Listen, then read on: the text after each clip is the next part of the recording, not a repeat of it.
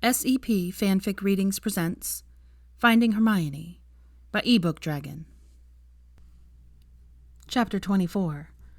The World Turned Upside Down. December 23rd through... Draco and Hermione stepped out of the fireplace and into Lavender Brown's pathetic attempt at self-glorification.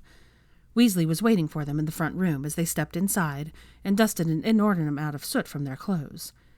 Weasley's expression made him uneasy. Draco wasn't sure why or what it was about his face that made him wary. Maybe it was because it was the first time he hadn't seen Weasley flushed with anger. "How did it go?" Hermione asked by way of a greeting. Irritation flashed across Weasley's face. "It went fine. They are still my daughters, no matter how much you try to turn them against me." Draco stepped forward, looking to pound some sense into the idiot, or just beat his face in because he hated the git and hated how he treated Hermione, Minerva, and Rose. Either way, his fist itched to connect with Weasley's nose. It was stopped, unfortunately, by Hermione's hand on his arm. "Don't," she said warningly to Draco, then turned to Weasley and hissed in a harsh whisper. "We haven't turned them against you. I'm trying to do what's right, and I'm trying to give you a chance to be a better father to them, and your attitude is making it very difficult for me to keep trying to do the right thing." Weasley looked mulish at that. He crossed his arms over his chest and glared at the two of them. Draco sneered at him, fed up with his infantile behavior. "Where are the girls? We have dinner plans tonight, and it would be rude to be late." "They can stay here while you go to your fancy dinner, Malfoy," Weasley said with an odd mixture of hopefulness and nastiness. "As it is a family dinner, their presence is necessary," Draco drawled. It was just too easy getting this idiot worked up.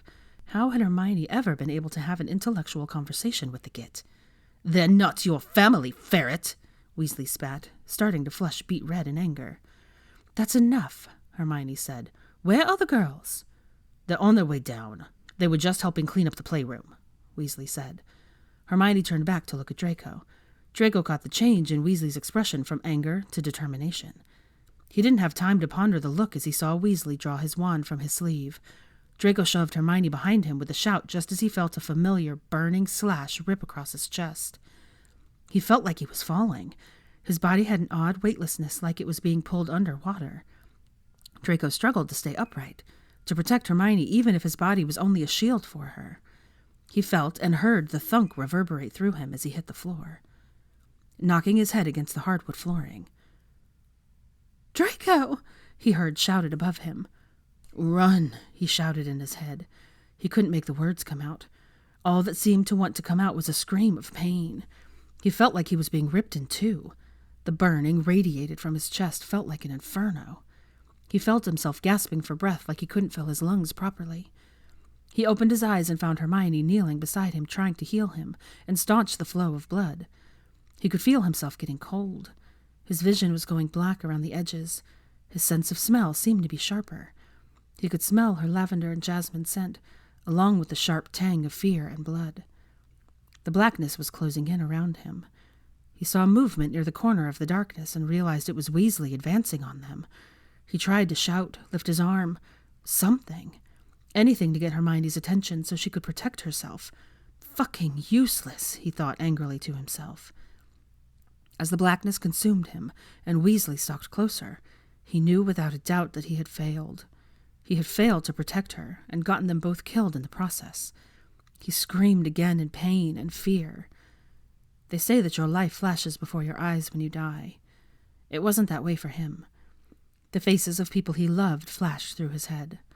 His son, who was leaving truly orphaned in the world. The first time he saw him, red and squalling, with a tuft of pale blonde hair that was almost translucent. Scorpius's first smile, right after peeing on him. His first steps, Scorpius running around Spinner's End naked and laughing. His first broom ride, and the joy and exhilaration on his face, watching him getting on the train to Hogwarts. His mother, who had already suffered so much. Her warm hugs and cuddles when he was little, the lullabies she would sing to him, her fierce, often vengeful protectiveness of him, the pain and anguish in her eyes when he took the dark mark, her fear for him throughout the war and their home being overrun by Voldemort and his followers, the unconditional and unwavering love she gave him when all he wanted was to wallow in misery and guilt, her joy and happiness when she found out Hermione was his soulmate. Minerva and Rose, who were the daughters of his heart. He had no idea what would happen to them now. Rose, in the first time she hugged him, with her hands covered in flour and cookie dough. Their story times together and sneaking cookies. Her exuberant glee when he'd taken her up on his broom for the first time. Daddy. Minerva and their talk in the broom closet. He'd failed when he had reassured her that nothing bad would happen. Her gradually coming to trust him as he caught her over and over again. Her disbelieving happiness when she flew on her own. Minerva launching herself into his arms from atop the broom. He'd probably failed her worst of all. Her trust in him had been such a delicate thing, and he had shattered it by letting her mother and himself get killed by the father of all people. The one person they had pressured her to see. Hermione, the love of his life, his soulmate. So much good and so much bad flashed before his eyes. He remembered the first time he saw her on the train with her wild chestnut hair, big chocolate brown eyes, and buck teeth. That first tentative smile, so pure and innocent. The innocence he'd ruined with his reprehensible behavior toward her. That right hook she got him with for being a vile, loathsome, evil little cockroach. The Yule Ball when he'd realized that he was in love with her. The scared, pleading look she gave him when they were dragged into the manor. Her screams as she was tortured by his aunt as he stood there and watched. The look of fear and determination as she flew to help save him, Vince, and Greg with her friends in the room of hidden things.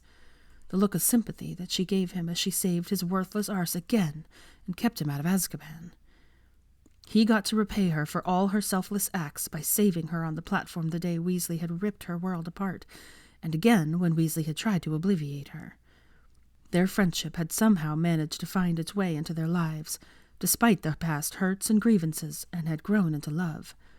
The type of love you only ever found once in a lifetime, and only if you were extremely lucky. Their first dance across the dance floor at his club, when he confessed how much he wanted to be with her at the Halloween party. He remembered that first hesitant kiss, and how soft her lips had felt against his. The first time they had made love, and the soft tears rolling down her cheeks afterwards. He finally had everything he wanted there for so brief a time. He had found the love of his life, his soulmate. He'd gotten to be so blissfully happy with her in the house full of children that he'd always dreamed of. The time was so short with them all, though. Not nearly enough. He was so cold. Everything around him had faded to black. He couldn't feel Hermione beside him anymore, and he thought that maybe she was already gone and waiting for him on the other side. How would he ever be able to face her after he'd failed her so horribly?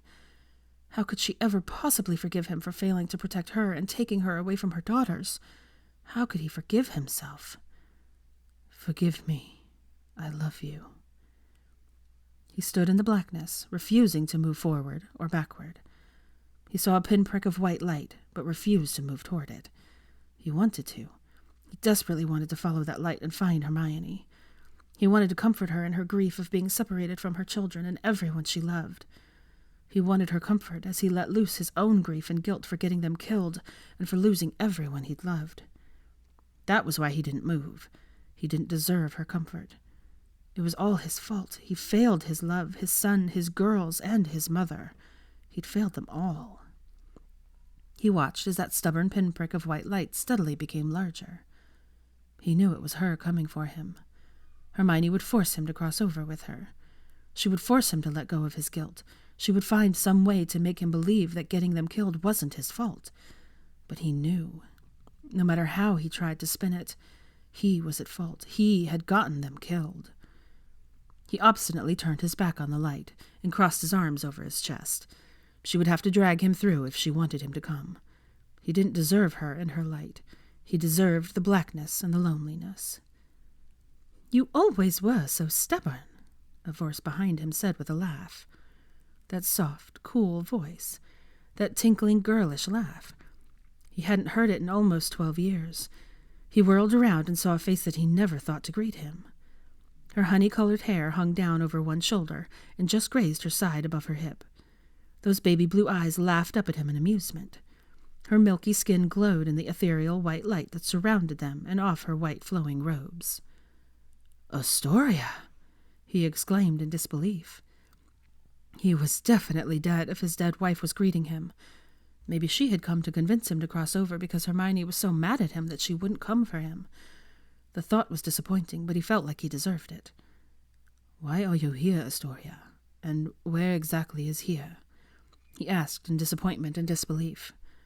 She took his hand the way she had so many times throughout their marriage, her soft touch enveloping him in a way that he could break away if he chose to. Her touch so much like the woman herself, soft and cool, giving him comfort but allowing him to reject it as well. The white light around them changed, and he found himself in a muted version of the gardens at the manor. She led him over to the hill beside the pond and gestured for him to sit with her. She settled herself down on the grass beside him. It didn't really feel like he was sitting on grass. It was more like how he imagined a cloud would be. He was sitting, but there wasn't the pressure along his backside he would normally get from sitting on anything. It was like he was there, but wasn't. "Now, I believe you asked me 2 questions. Why am I here? To help you make a decision, Draco. Where is here?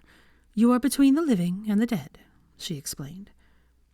"What decision do I have to make?" Draco asked, looking out over the water. Astoria didn't answer, and he looked at her. She quirked an eyebrow at him, indicating that she thought he was being purposely dense. "You don't expect me to do all the work, do you?" Draco took a deep breath and pulled his hand lightly from her grasp to rest them both on his knees. "I have to decide whether I want to go back and live or cross over and die." "Yes, and I'm afraid you don't have much time, or the decision will be made for you," Astoria said sympathetically.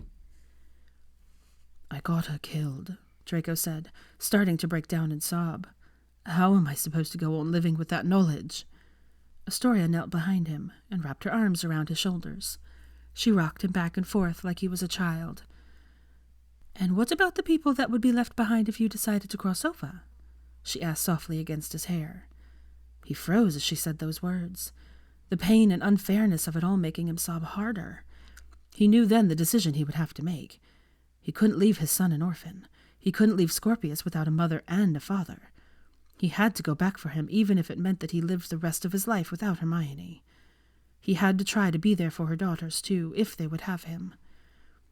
He would have to go on without her, and it would be like a gaping hole in his chest.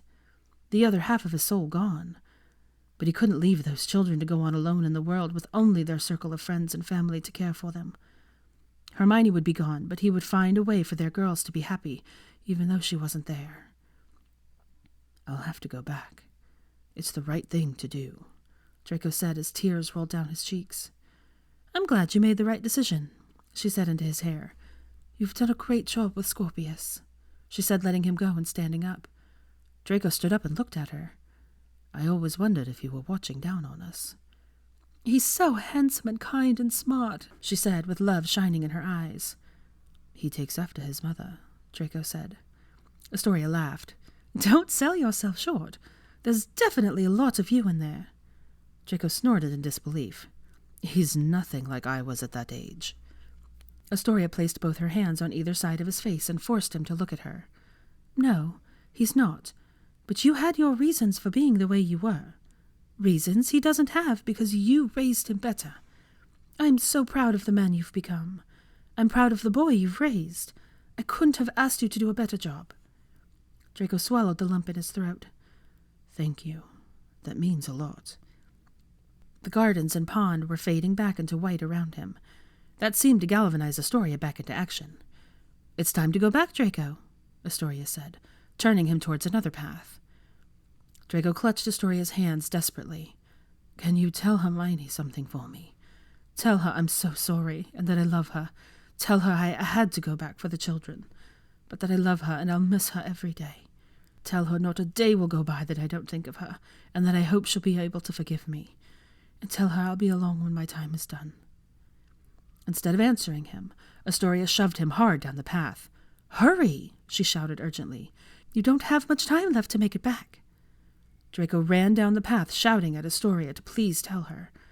The path turned into a tunnel, and all the memories he'd relieved on his journey to this place circled around him. The memories of the children and his mother spurred him onward. He kept them firmly fixed in his mind as the memories of Hermione swirled around him. Those memories threatened to break him. How was he supposed to go on? How was he supposed to be strong enough for the children when he felt like he was breaking in half? He ran down the seemingly endless path toward his life and his children. He was determined not to fail them this time. He looked back over his shoulder one last time as the memory of Hermione kissing him the first time swirled around him. "Forgive me. I love you. I'll do better this time." He was going back to a lonely life without Hermione in it. Back to children who would need him, but would always long for the comfort of their mother. Back to guilt and heartbreak that would be so much more devastating than it had been after the war and after Astoria. Back to wearing a mask so that his children and mother wouldn't know how empty he was without Hermione in his life. How was he supposed to go on without her? Their lives weren't supposed to end up this way.